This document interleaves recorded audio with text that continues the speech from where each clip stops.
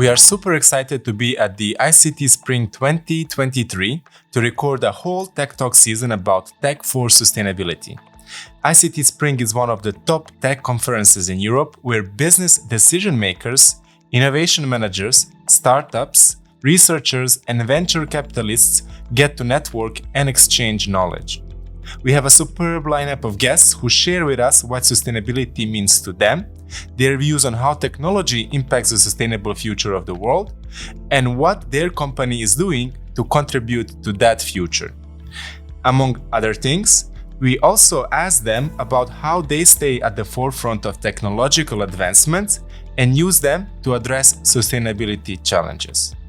In this episode, we speak to Dave Coplin, Chief Envisioning Officer, the Envisioners.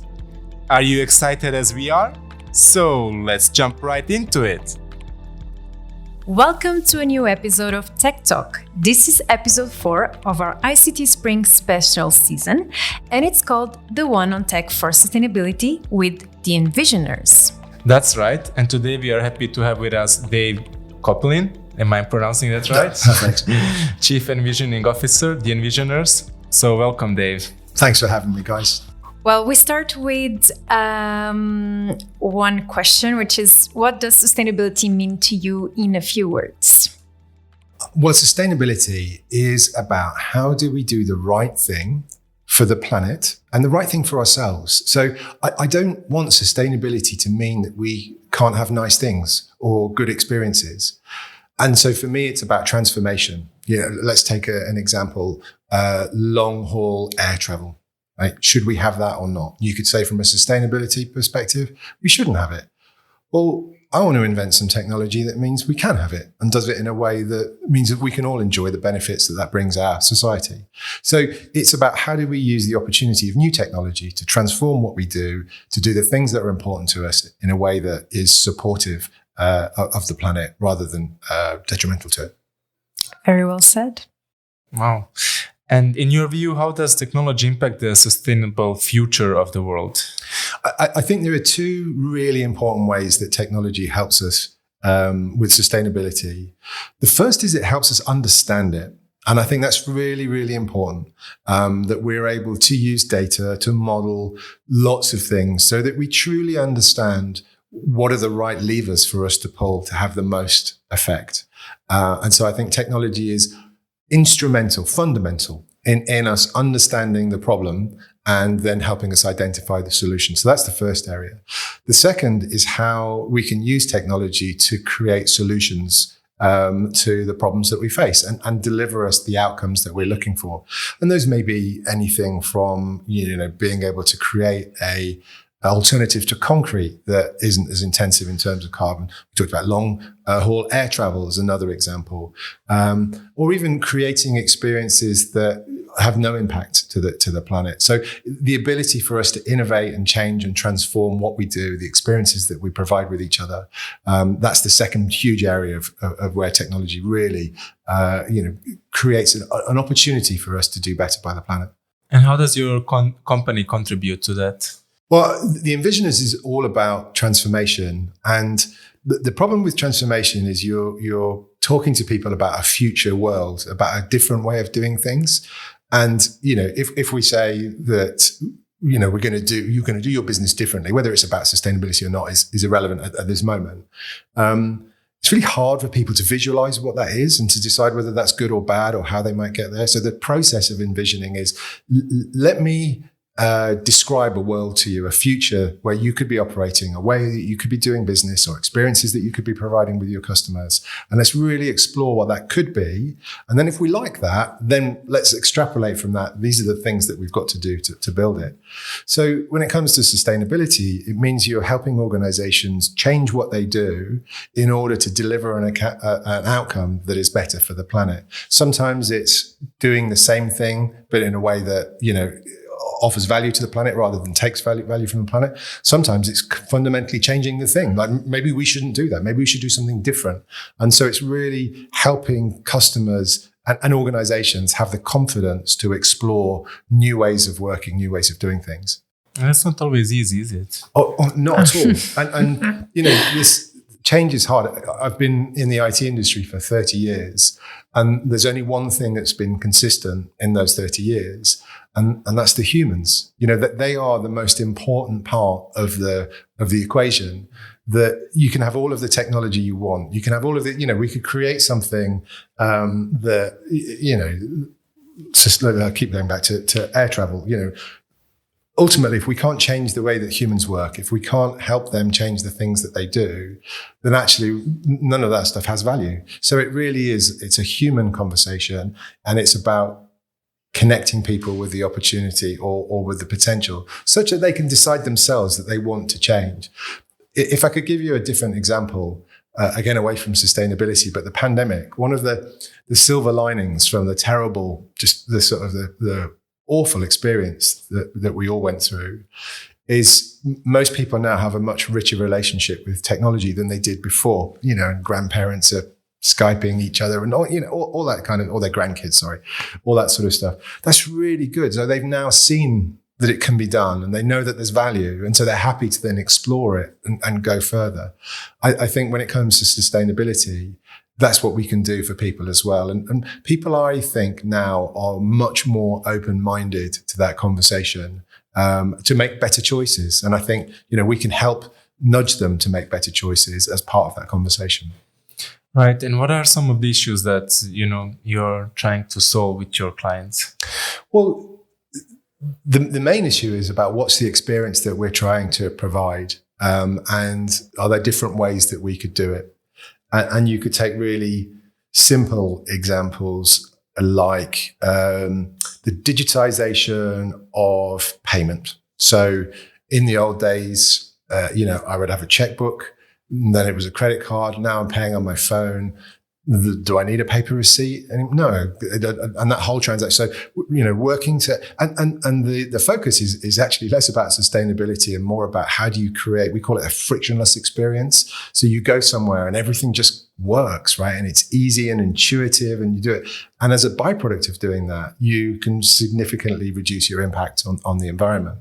So we're doing a ton of stuff over there, but also back to this sort of helping organizations ask difficult questions of themselves and using the data to inform the choices. So one of the organizations I work with in the UK is a large hospitality company, and we use data to light up our overall impact on the planet. And so we've got a really clear view of where the sort of the big ticket items that have big impact on the environment are.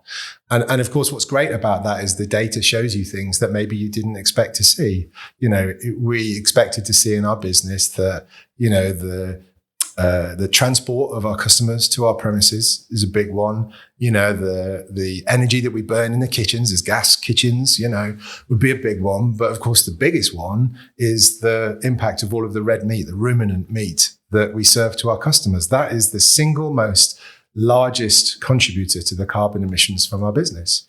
And so because we were able to use technology to light up that insight, as well as all of the conversations about transitioning from gas to electric and all that sort of stuff, we can now start to have a conversation in our supply chain and with our customers about how do we reduce the amount of red meat that we use in our business. We don't want to eradicate it, but what could we do to have impact? And we could serve less. We could also work with our supply chain, work with the farmers to how do we get to, I think it's something like 13 kilos of carbon for every kilo of beef. Like that feels about right. So how do we make that 13 kilos of carbon 6 kilos of carbon or 2 kilos of carbon? So, those kinds of things. So it's about using insight from data and using innovative technologies to be able to use that insight to affect a real change that adds value. But again, it's all about transformation. So how do I help the company ask a difficult question of itself? Almost think the unthinkable of what if we couldn't do that? Well, how would you approach that? What would you do? And I think those are the sort of the things that, and this podcast is a great example of sparking up those conversations. These are conversations that should be had around every board table in every organization about, but really, what are we going to do about this, and how is it going to happen? I really like the data-driven approach because it kind of it avoids the ideological or political discussion that you would normally have, as you made an example of red meat, right? We are not we don't want everybody to go vegan, right? This is not the point. But what we want is to provide actually alternative choices for people that are ultimately going to be better for the planet too. And also to provide them a bit of the transparency around the impact of their choices. And that transparency, I think that's the bit, because it's not about telling anybody to do anything. Exactly. It's about empowering them and informing them so that they can make the choice. And that's the bit I think that starts to get really special. The data bit as well, just to sort of go on a bit further about that. We live in a world now where it's a lot easier to light up the data that was always there. The example I always use is, those fitness devices that we wear. I always took steps. It's just now that I've got a chart that I can look back historically and I can use that data to make better choices about the future. So what I'm encouraging organizations to do is to create a Fitbit for their organization. So what are the bits of data that you've got that we could light up that will then inform the decisions that you need to make about how to be more sustainable, about what you could do about your sustainability strategy? That's a really nice way to put it. I really like that. What are the biggest challenges you face when trying to solve these issues? Would it be people? That's my guess. And changing mindsets? Yeah, I think it ends with people. I think it begins with, and you kind of call this out, is, sometimes the answers aren't what we expect them to be. And we find that difficult to understand because it sort of feels counterintuitive. And it gets very emotional and a bit religious. So let me use an example. Are electric cars really the right choice? And it's a huge question. And we're going through this in the UK. I know it's the same everywhere. We don't have enough infrastructure to support electric vehicles. And by the way, we've got millions of perfectly well-functioning fossil fuel vehicles, internal combustion engines. And right now we're pushing a change towards electric vehicles, but actually those other vehicles, if we kept them on the road, what's the impact in the environment of doing that versus supplying new technology? And again, this is where it gets religion, because I know some people in the audience will be, well, yeah, so he's a climate denier, or, and I'm not. I want to see the big picture. I want to understand, if I, and this is a true story, I've got a 21-year-old Land Rover, which is terrible fuel economy, just awful, 18 miles to the gallon or something like that. But I do 1,000 miles a year in that. Now, should I get rid of that and replace it with an electric vehicle?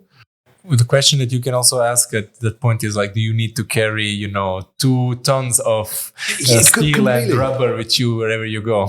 Completely. But what we're not doing, this is getting back to the point about data, is I want to see the data. Help me see the big picture, and then let me sort of understand that. So the challenge is how do we light up that big picture? Air travel, another example. Sorry, before I go to air travel, I'll stick with cars. Maybe the answer in all of these things is actually that EVs are a stepping stone to get us to a point either of hydrogen fuel cells or to a point where we can provide a different fuel that has zero emissions for our old vehicles. Sounds a bit of a dream, but who's to say that technology, in a world of quantum computing, which we're about to get into, in a world of generative AI, it's feasible to think we might create something that could do the job. But it's that big picture. We don't get the opportunity to get the big picture. That's the big issue for me. And then it's getting people on the journey. So that is the big picture. These are the things that you need to do. It's back to my red meat example. Yeah, you can electrify your kitchens all you want, but the big issue is over here. And it's complicated and it's hard and it's not popular, but actually we should be thinking about it. So all of this is, how do we equip the people who are making the regulation, consumers, the people who are making the products, with enough data and enough insight to help them make the right choices to have the biggest amount of impact. And I think that's the challenge for us all, is to get to that.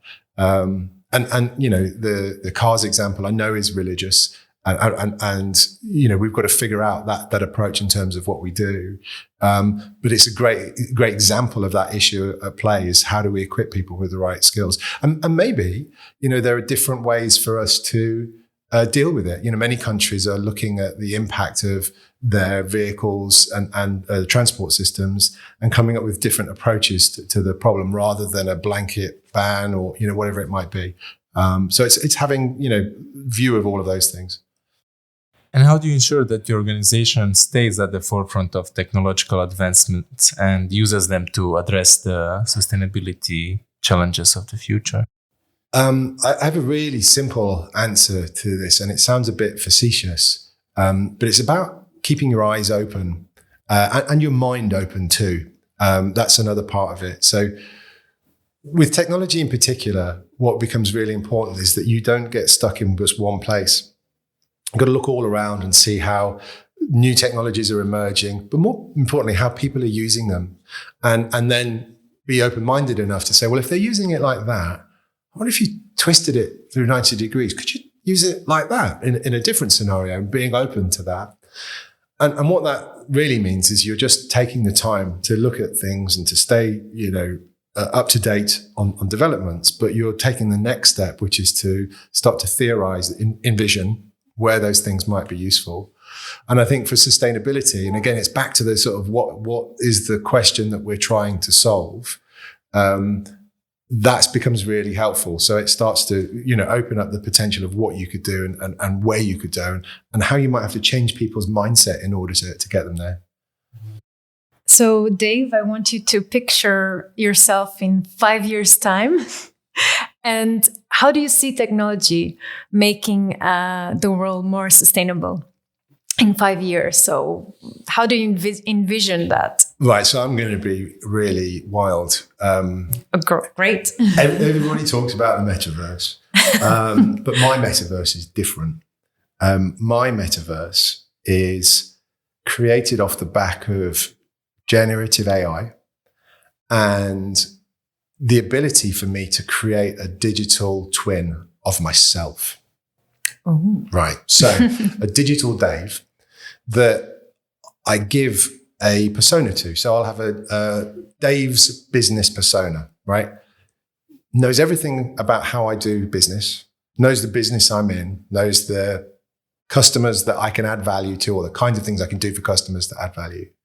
And so rather than me being immersed in the metaverse, my digital twin is in the metaverse working on my behalf. I wake up in the morning, my digital twin reports back that he spent the night in Japan working with someone else's digital twin on creating a scope of work or a contract for an engagement that I'm then going to do.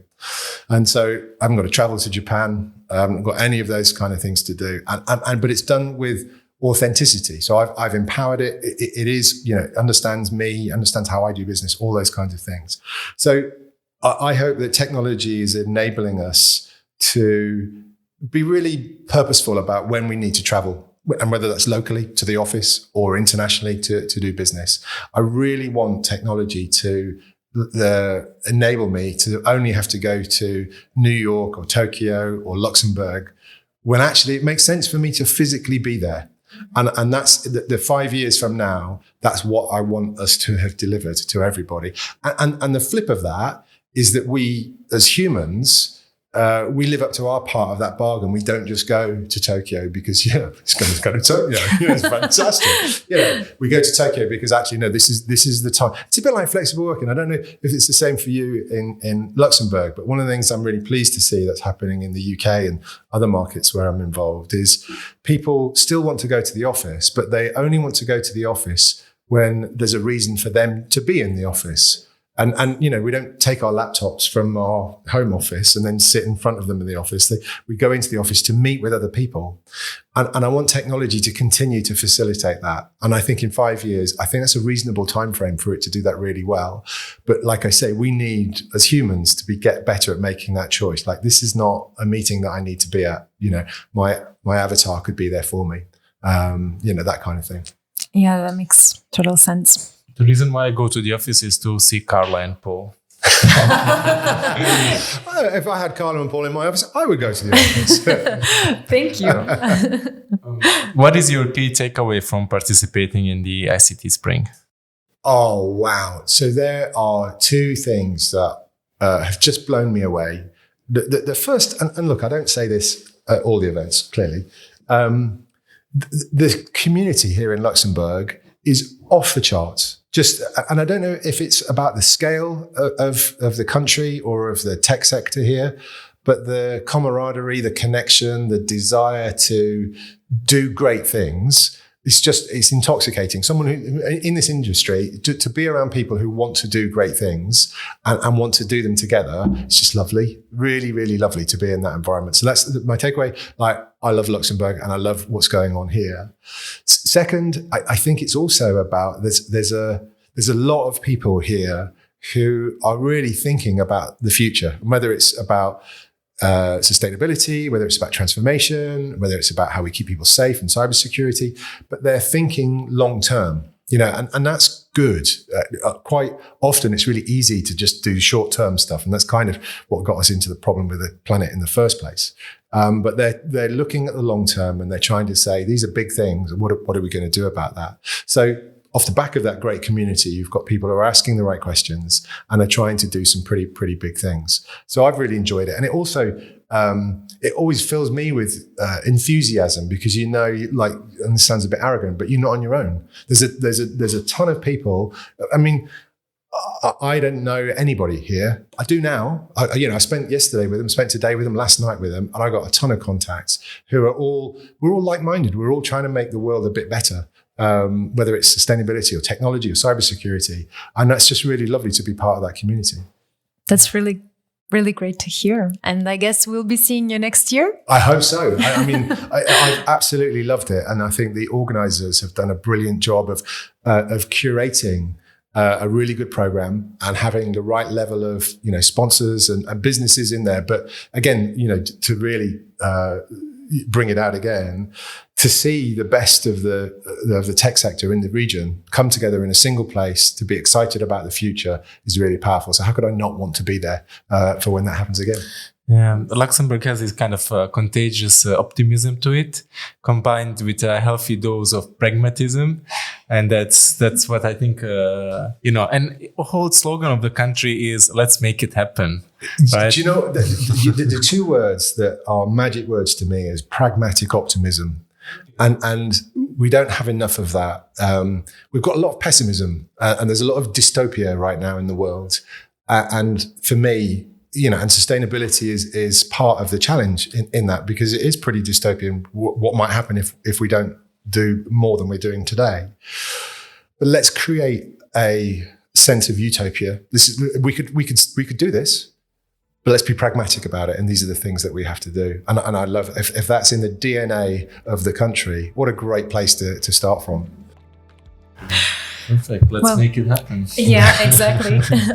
Thank you for being our guest. We really enjoyed it. Yes, it was a pleasure having you. No, well, I've loved to be here. Thanks, guys. And thanks for inviting me. Thank you. Bye.